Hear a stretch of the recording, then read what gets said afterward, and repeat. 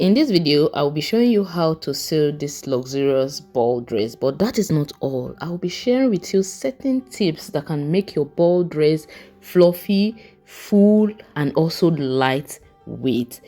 So be sure to stick with me to the end because I'll be sharing these tips randomly. If you haven't watched the pattern drafting and pattern transfer tutorial for this, girl, you're missing a lot. I will encourage you to click on the link in the description box to watch that one first before you continue with this one. My name is Kemi Omorugbe and you're welcome to Kemafric. Let's do this the Kemafric way.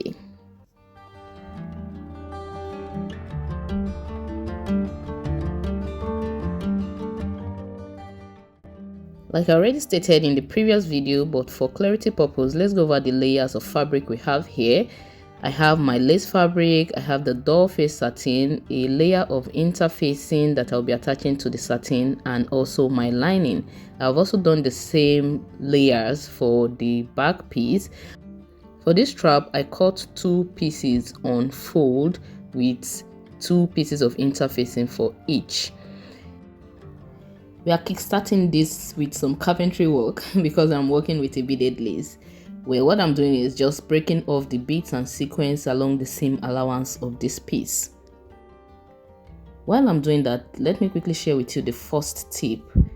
You don't need to cut a layer of doll face satin for the skirt part of your ball dress because this adds more weight to the entire outfit. Without this layer, you have less bulk around the waistline and your ball dress ends up lighter, especially for babies like 1 year old, 2 years old. You don't want a very heavy ball dress.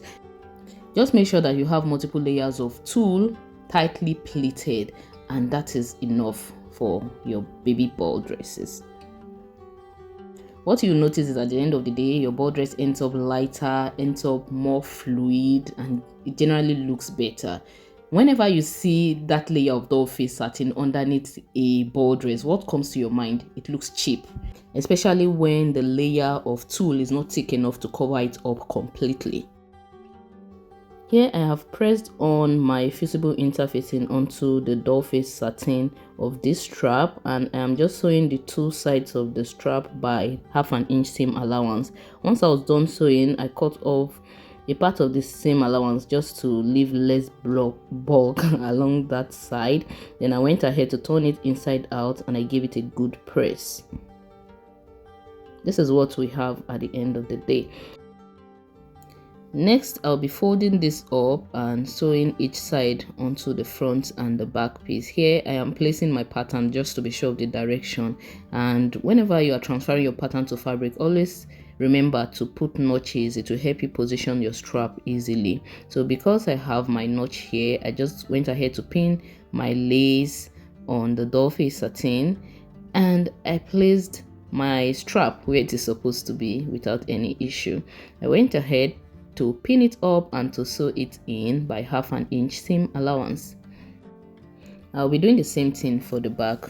I'll sew the other side of the strap onto the back. Tip number 2, always include a layer of organza underneath the layer of tulle on the skirt part of your ball dress. Because of the texture of organza as a fabric, it adds a layer of cloudiness to your tulle dress, and also it has structure. It has a little bit of structure that kind of helps your tulle to fan out better. You can also make use of 2 layers of organza for added fullness.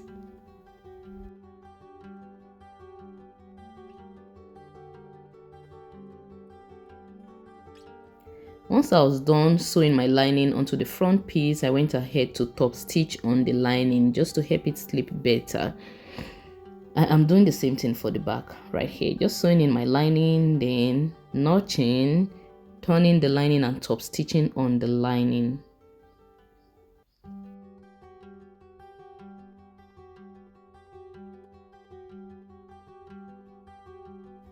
This is what we have here. It looks good.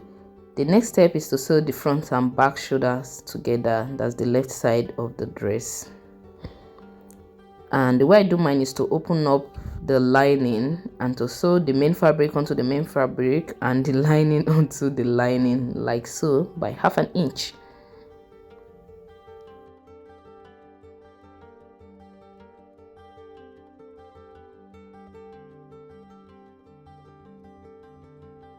That is done here. Now it is time to close up that armhole, and I just open up the lining like so and turn the right side of the lining to face the right side of the lace, and I went ahead to sew close the armhole by 1/2 inch.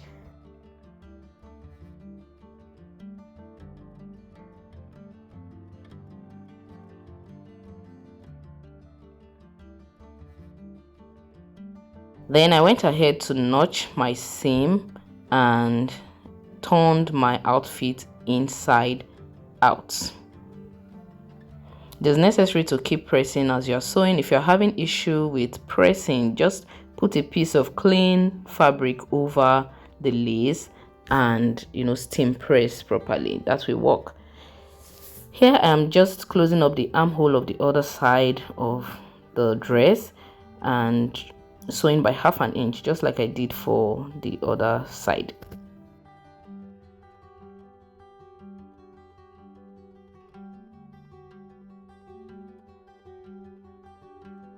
Now on the side with a shoulder, it is time to sew the front and back piece together by the 1 inch side seam allowance we have added when we were transferring the pattern to fabric.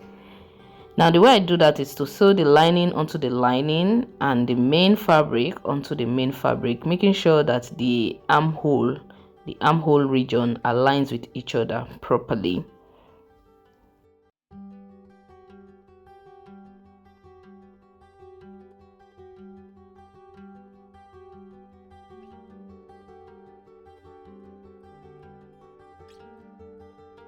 To create ruffle on the strap, I have a double layer of tulle here, which are just about 2.5 to 3 inches wide, and I went ahead to draw out 2 lines on the strap where I will be pleating it. So I'm just hand pleating my tulle right here. I drew out 2 lines just about 1/2 inch apart on the strap. So this is what we have at the end of the day. This is double layer of tulle on 2 sides of the strap. So I needed to do this before sewing the other side so that it would be easier for me to create my ruffles. Here I am sewing the side seam on that part of the dress by 1/2 inch, just like we did for the other side, sewing lining onto lining and the main fabric onto the main fabric. The third tip I'll be dropping is that you should please simplify your work when you are making pleated ball dresses by making use of a gathers foot. It makes it so easy for you. I got mine from Art Crest Sewing Accessories. If you want a link to that page, let me know in the comment section. Working with the gathers foot made it so much easier and it saved me so much time. And I also realized you can set it a certain way to get a certain thickness, and you can also adjust your gathers. So what I'm doing here is preparing my layer of organza and the layer of hard knit. I'm just pleating it so that when it's time to sew onto the dress, I don't have to hand pleat anything. For some reasons, my gathers foot refused to continue working. That was where I saw shege, because I was trying to hand pleat and sew on the dress at the same time. It took me so much time. So let's just say I made this mistake so that you don't have to make that same mistake. So please get your gathers foot and maybe have more extra gathers foot so that if one fails you, you can work with the other one, because it is such a time saver. For this dress, I had 2 layers of tulle that I doubled up. Okay, so I'm working with 4 layers generally, but I pleated in 2s. Does that make sense? I think it does. Now this is what my dress looks like so far. You can see how thick my layer of tulle looks like. Okay, so this is 10 yards of width for each layer, doubled up into 5. Here's another tip quickly. Consider cutting your layer of lining and your layer of satin, if you are using one, as a circle, as a circular flare, rather than gathering it on the waistline. This will help reduce bulkiness. What I'm doing here is sewing my lining onto the lining of the dress, not on the main fabric. I'm sewing it on the lining. Remember, we joined the side seams separately. That is the essence, so that you can sew the lining of the skirt onto the lining of the bodice, and then the main fabric of the skirt onto the main fabric of the bodice. Now here is my layer of organza already pleated. I have an option to sew these on the seam allowance, the same seam allowance I used for the tulle, on the main fabric, or I can also sew it on the lining. So for this I decided to sew mine on the lining. Either way, you are right.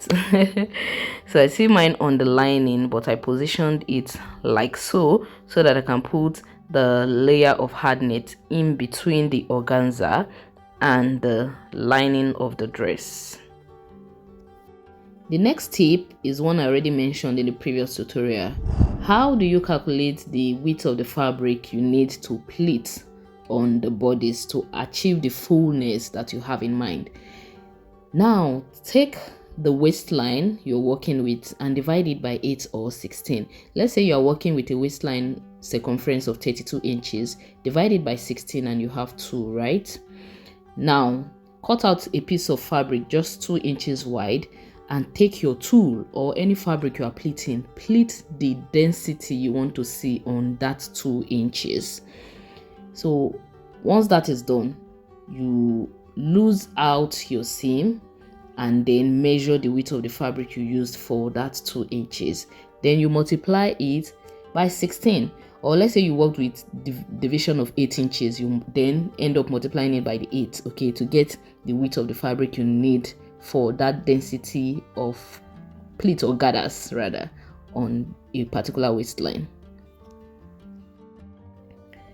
From the pattern drafting tutorial, you notice that I cut out 2 layers of hard net, right? So the only layer I am pleating on the waistline is the first layer. The second layer, I went ahead to divide it into 2 and I am pleating it on the first layer like so. So I am done pleating the first one. This is the second one I am adding up to it. So doubling up your layer of hard net this way helps you achieve more fullness towards the hem of the ball dress rather than having all your fullness on the waistline. That way you don't have bulkiness along the waistline and you have more fullness towards the hem. Let's call this another tip.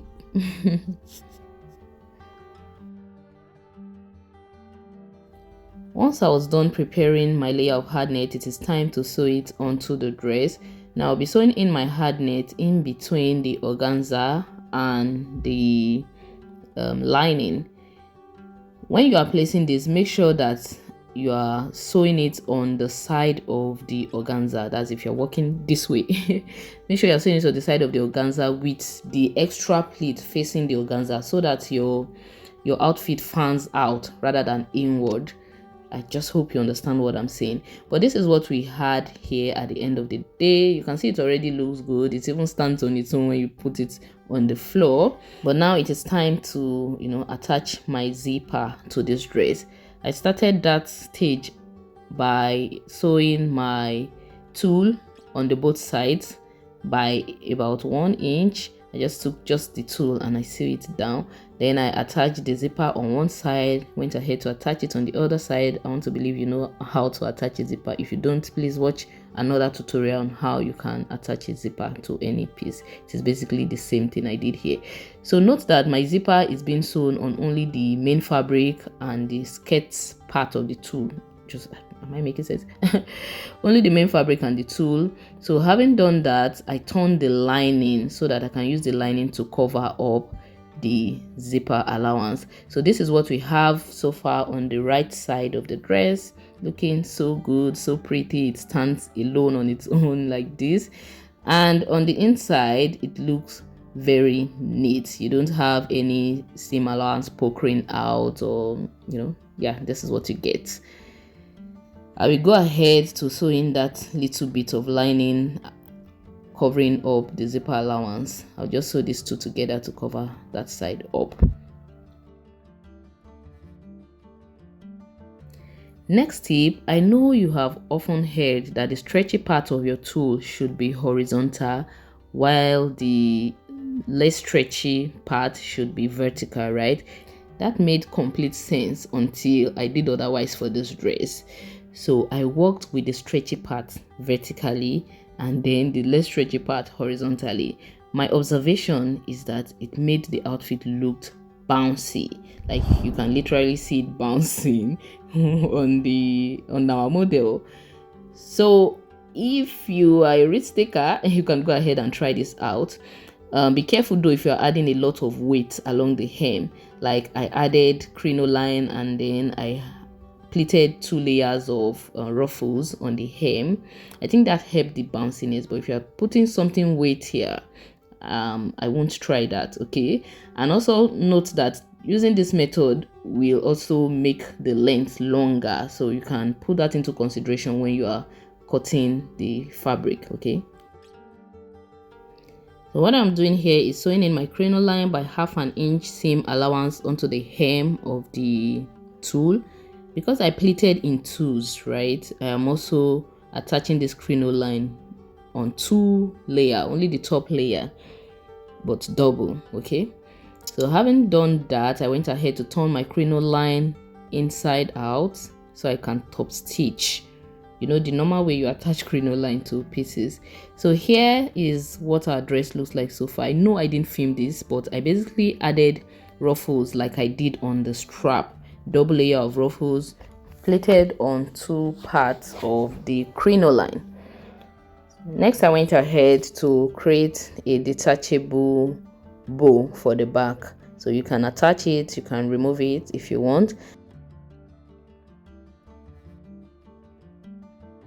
Now onto the last tip, which is the quantity of fabric used for this project. I used a total of 14 inches of fabric for this. The ruffles took about half of that. It just kept consuming and consuming fabric. As little as this ruffle looks, it took a lot of yardage. Now this is our finished work. I finished it up by embellishing with some flowers and some feathers, which gave it a little vavavoom right here. It was just the perfect finishing for the dress. So this is what we have, guys. The wearer looked like a princess that she is in it. Well, this will be the end of this tutorial. Thank you very much for watching. Let me know if you picked up a thing or two from this, and don't forget to give this video a thumbs up, share and subscribe to the channel.